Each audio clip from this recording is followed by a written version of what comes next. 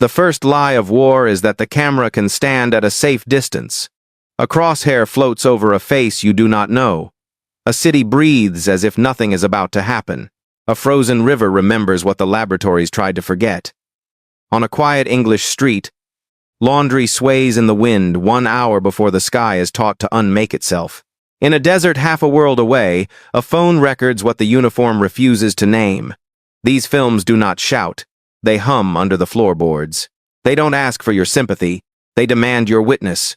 Posters called them action, history, drama. The truth called them something else. Confessions spliced into entertainment. Emergency flares disguised as stories. If you listen closely, you can hear the reels scrape the gate, as if the machine itself is afraid of what comes next. These are the 5 stories Hollywood tried to erase, but the cuts still bleed. The first lie of war is that the camera can stand at a safe distance. A crosshair floats over a face you do not know. A city breathes as if nothing is about to happen. A frozen river remembers what the laboratories tried to forget. On a quiet English street, laundry sways in the wind 1 hour before the sky is taught to unmake itself. In a desert, half a world away, a phone records what the uniform refuses to name. These films do not shout. They hum under the floorboards. They don't ask for your sympathy. They demand your witness. Posters called them action, history, drama. The truth called them something else. Confessions, spliced into entertainment. Emergency flares, disguised as stories. If you listen closely, you can hear the reels scrape the gate, as if the machine itself is afraid of what comes next. These are the 5 stories Hollywood tried to erase, but the cuts still bleed. Film has shown Sniper 1993. The illusion of heroism. Through the jungle's humidity, a single breath controls the fate of a man. The lens tightens, the finger steadies, and silence becomes its own language. Sniper 1993 arrived as a routine action film, bullets, bravery, and a body count to fill the frame. But beneath its camouflage, it carried something far more unsettling. The loneliness of killing from a distance. Thomas Beckett, played by Tom Berenger, was no clean-cut hero. He was the kind of man who counted ghosts, not victories. Each shot echoed longer than the last, not because of the sound, but because of what it erased. Hollywood painted him as a soldier of precision. The film painted him as a man losing his humanity, one confirmed kill at a time. Director Luis Loza built an atmosphere where even the jungle seemed to judge him, every leaf, every insect, listening to the heartbeat of a man who had mistaken duty for destiny. In those moments, war stopped being a spectacle and became a confession. The enemy was no longer the man in the scope, but the reflection trembling in it. Sniper promised the thrill of aim and control. What it delivered was a quiet question. How many lives must one take before pulling the trigger no longer feels like a choice? He never missed a target except himself. Film #2, Combat Shock 1984, The Forgotten Aftermath. In 1984, when America was trying to forget Vietnam through pop songs and Hollywood rewrites, a filmmaker named Buddy Giovinazzo pointed his camera toward the wreckage no one wanted to see. Combat Shock wasn't a war movie, it was what happened after the credits should have rolled. The battlefield had shifted from jungles to concrete, and the enemy had moved inside the mind.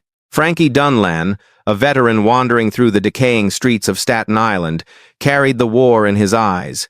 Every alley became another ambush, every sound another memory detonating beneath his skin. The film was shot on a shoestring budget, its grainy texture almost unbearable to watch, and that was the point. It refused to let war look cinematic. It stripped it of glory until all that remained was hunger, madness, and the slow disintegration of a forgotten man. Critics called it ugly, unwatchable, nihilistic. But its ugliness was the truth. The real horror wasn't the violence, it was the indifference. While America sold VHS tapes of heroism, Combat Shock showed the unmarketable aftermath. The soldiers who didn't die but never returned. There are no explosions here. Only the slow decay of a man who can't wake from his own memories. In its final moments, the film becomes less a story and more a warning that silence can be more lethal than any weapon. The war ended, but it never left. Film #3, Men Behind the Sun 1988.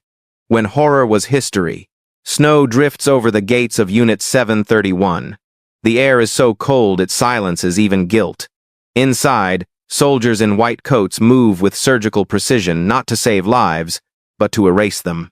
Men Behind the Sun, 1988, directed by T.F. Mouse, is not fiction in the usual sense. It is a reconstruction of something that should never have been filmed. The atrocities committed by Japan's Unit 731 during World War II, where human experimentation was disguised as medical research. Banned in several countries, condemned by critics as too graphic, the film became infamous not for its gore, but for its audacity. It dared to point a camera at crimes nations refused to admit.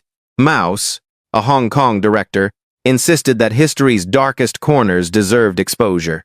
If the image disturbs you, he said, it is because the truth disturbs more. Through its grainy frames, Men Behind the Sun reveals a paradox. When cinema shows real horror, audiences call it exploitation. When it hides it, we call it art. It was not a movie meant to entertain. It was an autopsy of history itself, cold, clinical, unforgettable. Every reel feels like forbidden evidence. Every scream a line struck from the textbooks. Watching it is not easy. It isn't supposed to be. It reminds us that film can wound not because it lies, but because it remembers. Some films are made to thrill. This one was made to haunt. Film #4, Threads 1984. The Day Humanity Died on TV.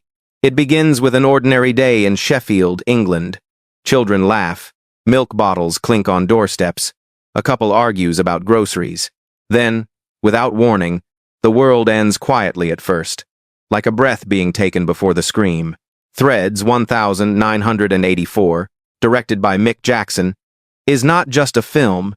It is a televised nightmare disguised as realism. Commissioned by the BBC, it set out to depict what would happen if nuclear war broke out between the superpowers. What it delivered was a vision so raw and unflinching that viewers reportedly fainted during its original broadcast.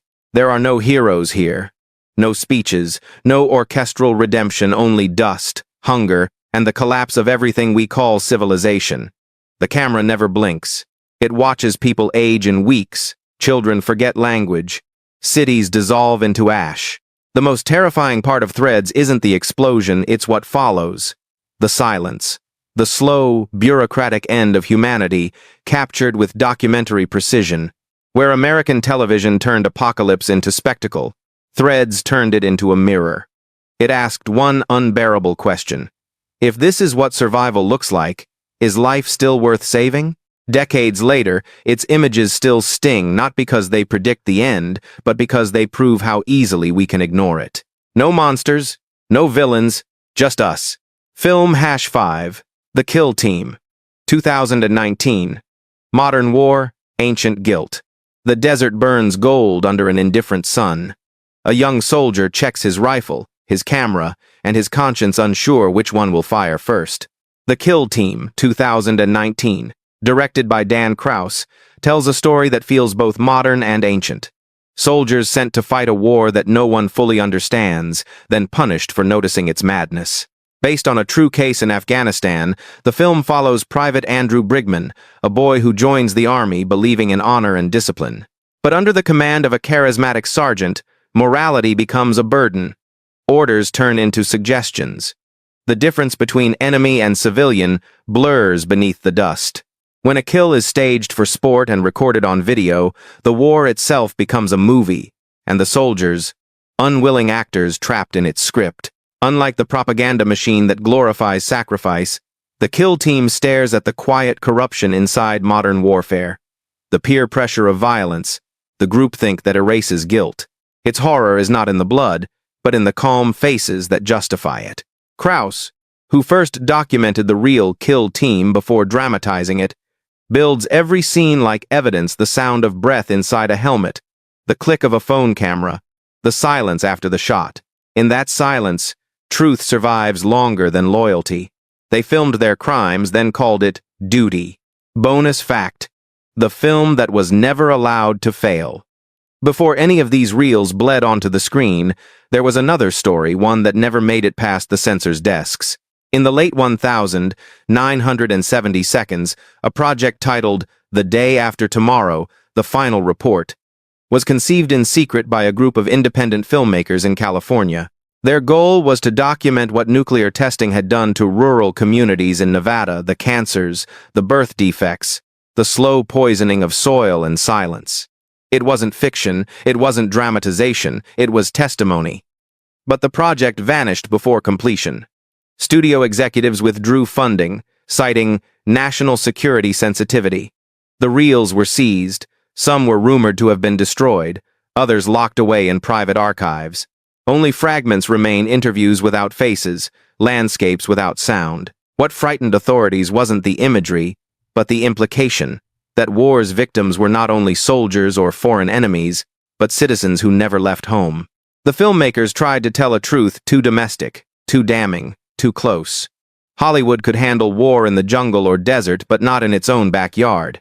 To this day, The Final Report exists as a ghost film, whispered about in film schools and conspiracy forums, a documentary that proved some images are more dangerous than any weapon. Some films fail on screen, others were never even allowed to fail. 5 films, 5 wounds. Each tried to show the cost of war without the music, the medals, or the mercy.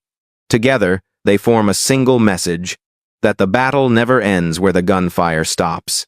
It moves inward into memory, guilt, and the fragile stories that survive when nations forget. Sniper taught us that even precision kills the soul. Combat Shock showed that a veteran's silence can be louder than any bomb. Men Behind the Sun forced us to look at history without anesthesia. Threads turned apocalypse into a domestic ritual.